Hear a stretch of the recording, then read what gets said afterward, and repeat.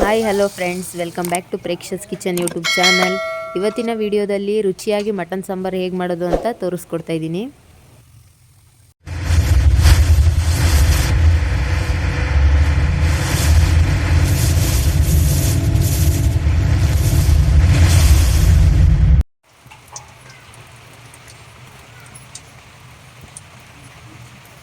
ಎರಡು ಸ್ಪೂನ್ ಎಣ್ಣೆ ಹಾಕಿದ್ದೀನಿ. ಎಣ್ಣೆ ಕಾದ್ಮೇಲೆ ಒಂದು 5 ಈರುಳ್ಳಿನ ಸ್ಲೈಸಾಗಿ ಕಟ್ ಮಾಡ್ಕೊಂಡು ಹಾಕ್ತಾಯಿದ್ದೀನಿ.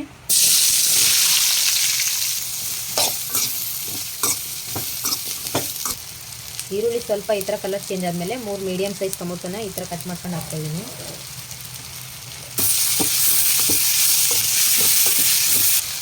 ಟೊಮೊಟೊ ಈರುಳ್ಳಿ ಈ ಥರ ಫ್ರೈ ಆದಮೇಲೆ ಒಂದು ಅರ್ಧ ಒಳಕೆ ಕೊಬ್ಬರಿನ ತುರಿದು ಹಾಕ್ತಾಯಿದ್ದೀನಿ.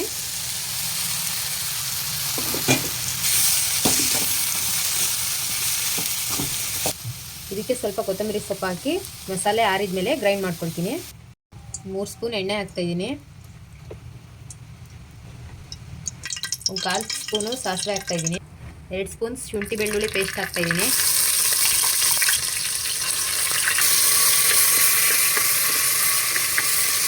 ಇವಾಗ 1 kg ಮಟನ್ ಹಾಕ್ತಾಯಿದ್ದೀನಿ.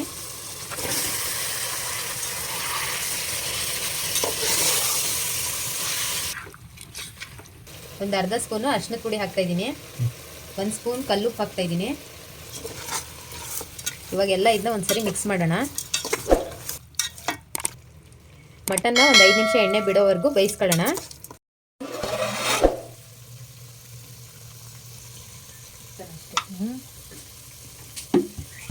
ಒಂದೂವರೆ ಸ್ಪೂನ್ ಧನಿಯಾ ಪುಡಿ ಹಾಕ್ತಾಯಿದ್ದೀನಿ. 2 ಸ್ಪೂನ್ ಖಾರದ ಪುಡಿ ಹಾಕ್ತಾಯಿದ್ದೀನಿ. 1-2 ಸ್ಪೂನ್ ಮಟನ್ ಮಸಾಲ ಹಾಕ್ತಾಯಿದ್ದೀನಿ. ಇವಾಗೆಲ್ಲ ಒಂದ್ಸರಿ ಚೆನ್ನಾಗಿ ಮಿಕ್ಸ್ ಮಾಡೋಣ.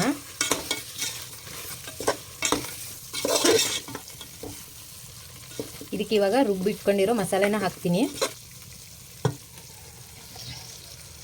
ಇವಾಗ 1 ಚೊಂಬಷ್ಟು ನೀರು ಹಾಕ್ತಾಯಿದ್ದೀನಿ.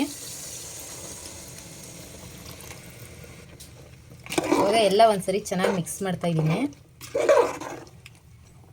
ಟೇಸ್ಟ್ ನೋಡಿಕೊಂಡು ಇವಾಗ ಮತ್ತೆ 1 ಸ್ಪೂನು ಉಪ್ಪು ಹಾಕ್ತಾಯಿದ್ದೀನಿ. ಇವಾಗ ಕುಕ್ಕರ್ ಮುಚ್ಚಳ ಮುಚ್ಚಿಬಿಟ್ಟು 1 ವಿಜಿಲ್ ಕೂಗಿಸ್ಕೊಳ್ಳೋಣ. ಕುಕ್ಕರ್ ಓಪನ್ ಮಾಡ್ತಾ ಇದ್ದೀನಿ. ನೋಡ್ತಾ ಇರ್ಬೋದು ನೀವೇ, ಸಾಂಬಾರು ತುಂಬ ಚೆನ್ನಾಗಿ ಬಂದಿದೆ. ಮಟನ್ನು ಕೂಡ ತುಂಬ ಚೆನ್ನಾಗಿ ಬೆಂದಿದೆ.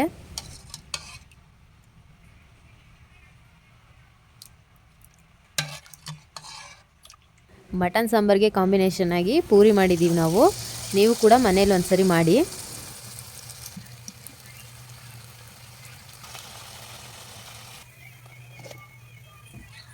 ಈ ವಿಡಿಯೋ ಹೇಗಿದೆ ಅಂತ ಕಮೆಂಟ್ ಬಾಕ್ಸಲ್ಲಿ ಕಮೆಂಟ್ ಮಾಡಿ. ಹಾಗೆ ಈ ವಿಡಿಯೋ ಇಷ್ಟ ಆದರೆ ಪ್ಲೀಸ್ ಲೈಕ್ ಮಾಡಿ, ಶೇರ್ ಮಾಡಿ. ಹಾಗೆ ನಮ್ಮ ಪ್ರೇಕ್ಷಸ್ ಕಿಚನ್ ಯೂಟ್ಯೂಬ್ ಚಾನಲ್ನ ಸಬ್ಸ್ಕ್ರೈಬ್ ಮಾಡಿ. ನೆಕ್ಸ್ಟ್ ವಿಡಿಯೋದಲ್ಲಿ ಸಿಗ್ತೀನಿ. Thank you for watching.